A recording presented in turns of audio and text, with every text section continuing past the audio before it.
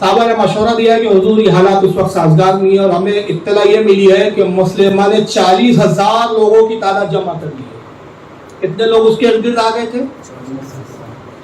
40,000 کا مطلب سمجھ رہے ہیں آپ؟ آج کے دور پہ مت قیاس کیجیے اس کو، اس زمانے کی آبادی پہ سوچیے آپ۔ اس دور کی آبادی میں 40,000 لوگ اگر اس کو نبی مان رہے ہیں، یہ حیران کن بات ہے، تعجب خیز بات ہے۔ مگر تاریخ میں یہ واقع اس لیے درج ہو گئے، حالات ایسے پیش کر دیے گئے تاکہ ہمارے لیے نصیحت اور عبرت ہو جائے کہ اگر کوئی جماعت میں تعداد بڑی ہو تو ہم یہ نہ دیکھیں کہ بھائی وہ غلط کیسے ہو سکتے ہیں، اس میں تو اتنی تعداد ہے۔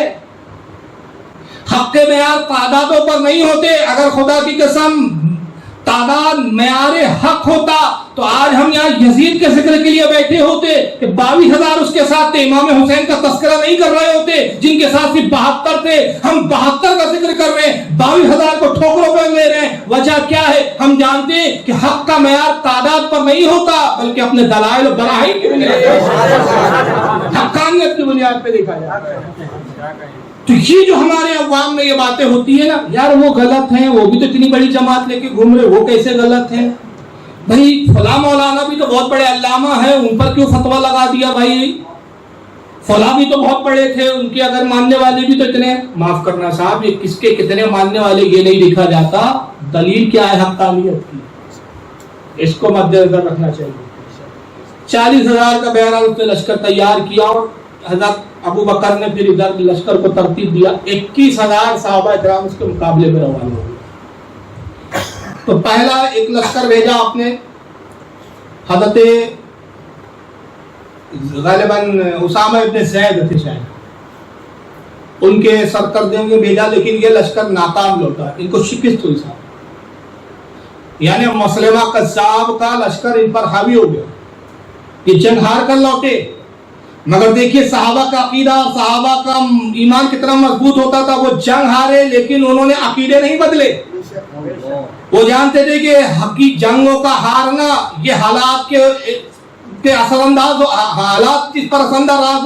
انداز ہوتے ہیں، یعنی ہم قوت سے تو ہار سکتے لیکن عقیدے سے نہیں۔ ایک روایت نہیں ملتی کہ جو صحابہ ہار کر آئے تو انہوں نے کہا ہو کہ بھائی ہم اگر حق پر ہوتے تو فتح یاب ہوتے، اس کا مطلب وہ صحیح نبی ہے اس لیے ہم نے ایمان لا لینا چاہیے، نہیں، ایک روایت میں نہیں ملتا، ان کے ایمان میں تسلسل نہیں آیا۔ اس کے بعد حضرت ابو بکر نے دوسرا لشکر بھیجا، حضرت شرجیل رضی اللہ تعالیٰ نے صحابی شرجیل بن حسنہ، ان کی سرکردگی میں لشکر بھیجا۔ حالانکہ حضرت شرجیل بھی بہت زبردست سپہ سالار تھے، بہت مضبوط صحابی تھے، لیکن ان کو بھی شکست ہوئی۔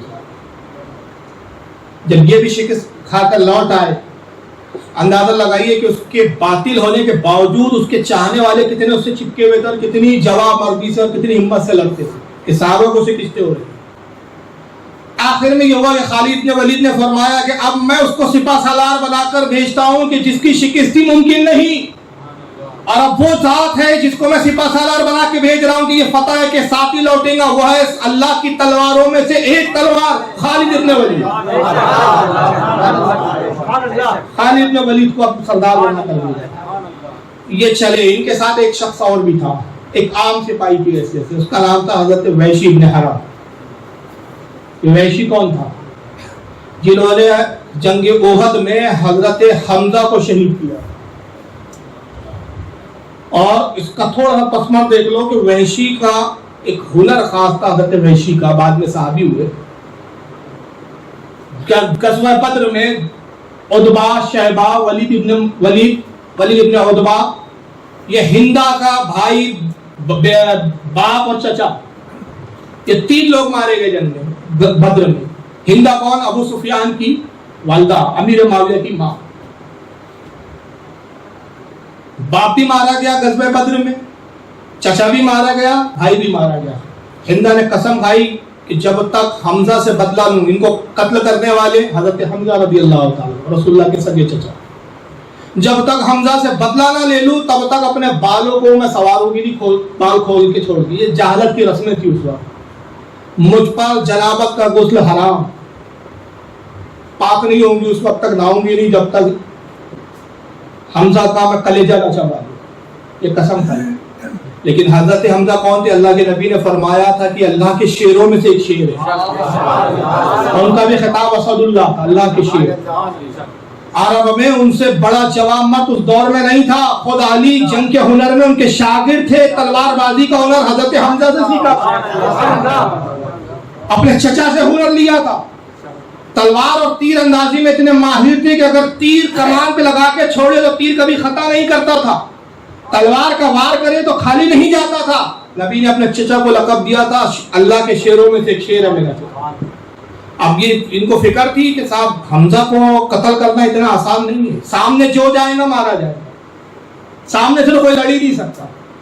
تو ابو سفیان کو نے کہا کہ جاؤ اعتراف میں گھومو اور کوئی ایسا بہادر تلاش کرو کہ جو نیزہ چلانے میں ماہر ہو، تیر چلانے میں ماہر ہو، کہ حمزہ کو اگر مارا جا سکتا ہے تو دھوکے سے، جو بہادر ہونے کے ساتھ ساتھ دھوکے باز بھی ہو۔ ابو سفیان ایک مرتبہ تجارت کے لیے نکلتے غالباً حبش کی طرف گئے، تو وہاں یہ وحشی غلام تھے کسی کے، اور وہ مشغلہ یہ تھا کہ کرتب دکھاتا تھا ان کا آقا، ان کے ذریعے اور کرتب سے لوگ جو پیسے دیتے تھے وہ کمائی تھی۔ تو وحشی کا کرتب کیا تھا؟ سب سے بڑا ایک لڑکی کے سر پر ایک رنگ باندھی جاتی تھی گول چھلے کے برابر، اور وہ لڑکی رقص کرتی تھی، اور حمزہ یہ وحشی نیزہ لیتا اور نیزہ لے کر جب نیزہ مارتا ناشتی میں لڑکی کی رنگ سے وہ نیزہ پار چلا جاتا۔ یہ اتنا خطرناک ہنر تھا کہ اگر ذرا سا بھی نشانہ چوک جائے یا وہ لڑکی کا بیلنس بگڑ جائے تو سیدھا وہ نیزہ جو ہے وہ چھلے میں سے نکلنے کی بجائے پیشانی میں، گلے میں، کہیں بھی بے وقت ہوتا۔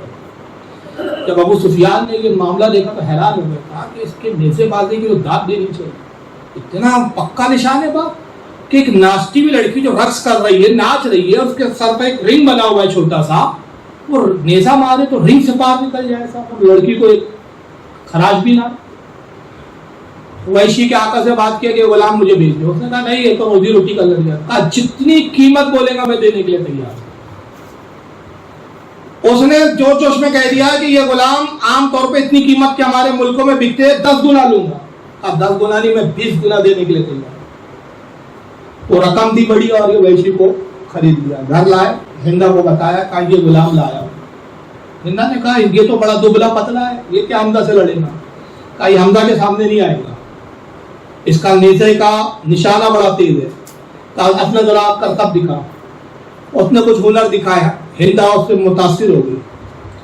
ہندا نے کہا کہ تیرا انعام یہ ہے کہ اگر تو نے حمزہ کو شہید کر دیا تو انعام یہ ہے کہ میں تجھے آزاد کر دوں، مخمل میں تجھے لپیٹ دوں گی اور تیرے وزن کے برابر چاندی تجھے دوں گی، یہ تیرا انعام۔ غزوہ احد میں وحشی نے حضرت حمزہ کو شہید کیا، پہاڑ کی اوٹ میں چھپا ہوا تھا، جب نیزہ مارا پیچھے سے، پیٹھ پہ مارا، سینے سے پار نکل گیا، حضرت حمزہ گر پڑے گھوڑے سے، تبھی چند لوگ دوڑے، تلواروں کے وار انہیں زخمی کر دیا۔ اور یہ ہوا تھا کہ رسول اللہ صلی اللہ علیہ وسلم کی جب پھوپھی حضرت صفیہ اپنے بھائی حمزہ کی لاش کو دیکھنے آئی تو رسول اللہ نے فرمایا مت دکھاؤ، منع فرما دیا۔ وجہ کیا تھی؟ ان کے جسم پر بھی گھوڑے دوڑا دیے گئے۔ یہ امام حسین کے ساتھ جو کربلا میں ہوا تھا اس سے بہت پہلے ان کے دادا حضرت حمزہ کے ساتھ یہ ہو چکا، ان کے جسم کے اعضاء پرزے پرزے ہو گئے تھے، حتیٰ کہ صحابہ کرام نے ہاتھ پیر چن چن کے لا کے جمع کیا، اور ہندا نے پھر کلیجہ چیر کے کلیجہ نکال کے چبا کے پھینک دیا۔ اور انہوں نے کہا میری پھوپھی اگر اپنے بھائی کو اس حال میں دیکھ لیں گے تو برداشت نہیں کر سکتے۔ اور اللہ کے نبی صلی اللہ علیہ وسلم نے حضرت حمزہ کی جب نماز جنازہ پڑھائی تو 70 تکبیرات پکا دیا۔ صحابہ حیران ہوئے، کہا یا رسول اللہ آپ نے اس سے پہلے جس کی بھی نماز جنازہ پڑھائی آپ نے 70 تکبیر نہیں پکاری۔ آپ نے فرمایا خدا کی قسم میرا تو دل چاہ رہا تھا کہ میں اور تکبیر پکاروں، اگر 1000 کی تکبیر میں اپنے چچا کی نماز جنازہ میں پکارتا تو کم تھی، یہ اس سے بڑھ کر۔ بعد میں فتح مکہ کے بعد حضرت وحشی ایمان لائے، اور رسول اللہ کا رحمت للعالمین ہونا دیکھو، جب وحشی آئے ایمان لانے حضور نے فرمایا تو نے ایمان لا لیا، اللہ نے تیرے سارے گناہ ایسے معاف کر کے جیسے آج ہی تیری ماں نے تجھے جنا، بس تو یہ کر کے میری نگاہ کے سامنے مت آیا کر، کہ جب تو آتا ہے تو میرے چچا کا چہرہ میری نگاہوں کے سامنے آ جائے۔ اللہ رسول نے تیرے گناہوں کو درگزر کر دیا، گناہوں سے تو پاک ہو گیا۔ میں ٹھہر کے ایک بات کہتا ہوں، ایک عقیدے کی بات رک کر بس ختم کرنے پہ آ رہا ہوں۔ حضرت ہند ایمان لائی، حضور نے ان کو بھی درگزر فرمایا. ابو سفیان ایمان لائے، ان کو بھی درگزر کیا، بلکہ ابو سفیان کے اعجاز میں فرما دیا کہ ابو سفیان کے گھر کو بیت الامان قرار دیتا. کتنا ہی بڑا پاپی اور مجرم ہو، اگر ابو سفیان کے گھر میں چلے جائے اس کی جان بخش دی جائے، اس کو امان ہے. یہ اعجاز دیا. حضور نے معاف کر دیا ان لوگوں کو. بھائی صاحب کیا کہ نہیں کیا؟ اللہ نے ان کو معاف کر دیا.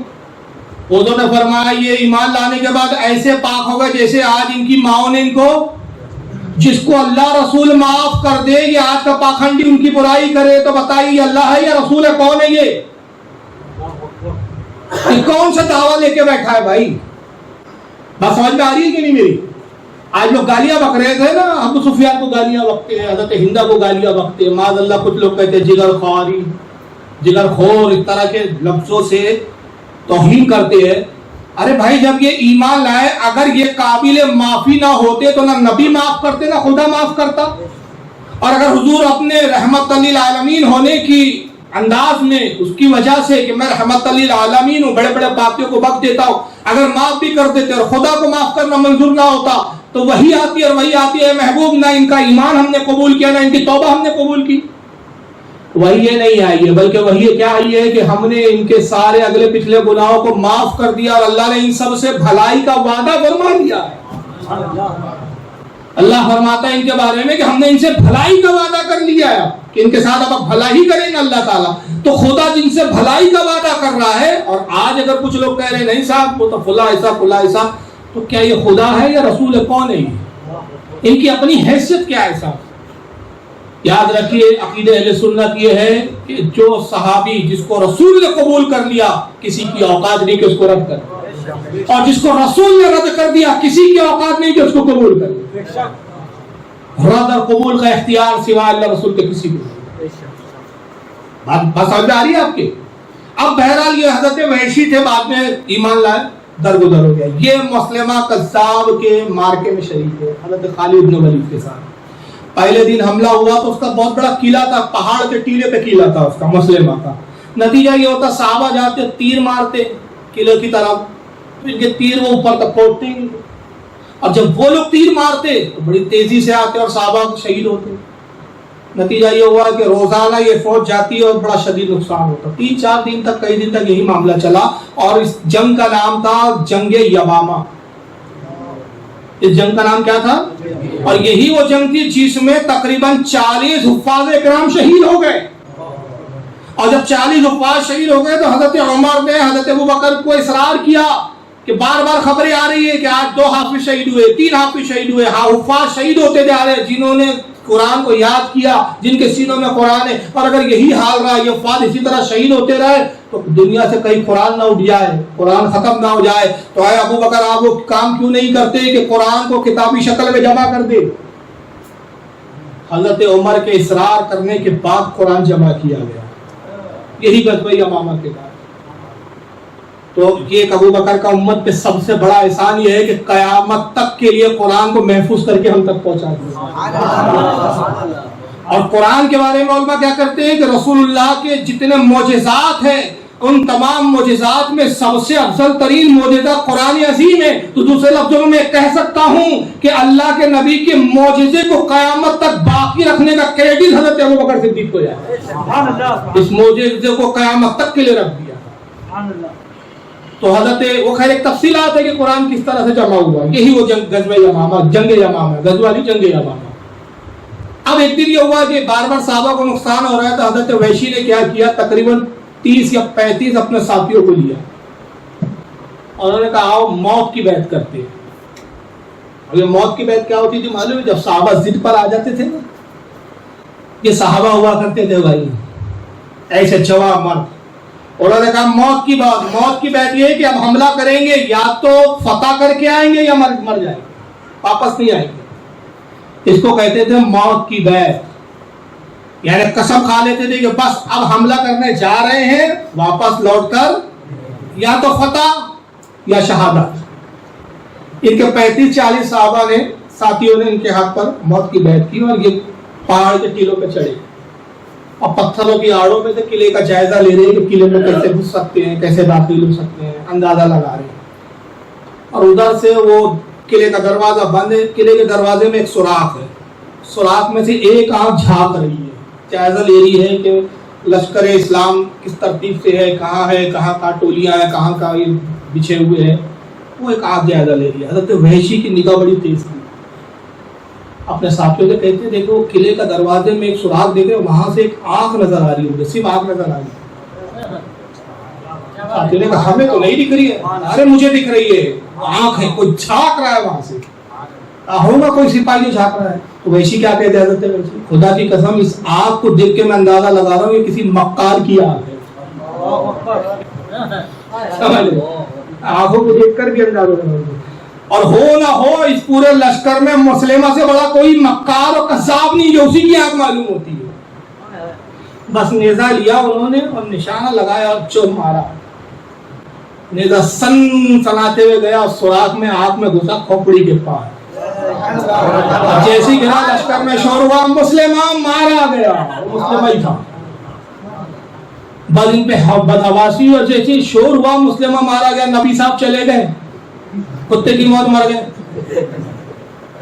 شور ہوا جب مسلمانوں کے لشکر تک وہ آوازیں آئی، انہوں نے نعرے تکبیر بلند کیا، خالد بن ولید کو پتا چلا کہ بھائی نعرہ لگا یعنی ایک ٹولی ہے جس نے حملہ بول دیا ہے، آپ نے فرمایا جاؤ ان کی مدد کرو، کچھ لوگ ہیں جو قلعے پہ ٹوٹ پڑے ہیں، بس یہی موقع ہے، اب فتح قریب ہے۔ اور اس کے بعد جو حملہ ہوا اور اس کے بعد جو نعرہ لگایا جاتا تھا وہاں بھی آپ کو ہی نہیں بتائیں گا، اس کو ابن کثیر نے جو ان کا سب سے معتبر علامہ ہے البدایہ والنہایہ میں لکھا کہ خالد بن ولید نے جھنڈا لیا اور نعرہ بلند کیا۔ وہ نعرہ کیا تھا؟ ابن کثیر کے الفاظ ہے کہ وہ کہتا ہے کہ ان دنوں شعار اسلام تھا، اسلام کا شعار تھا نعرہ یا محمد یا محمد یا محمد۔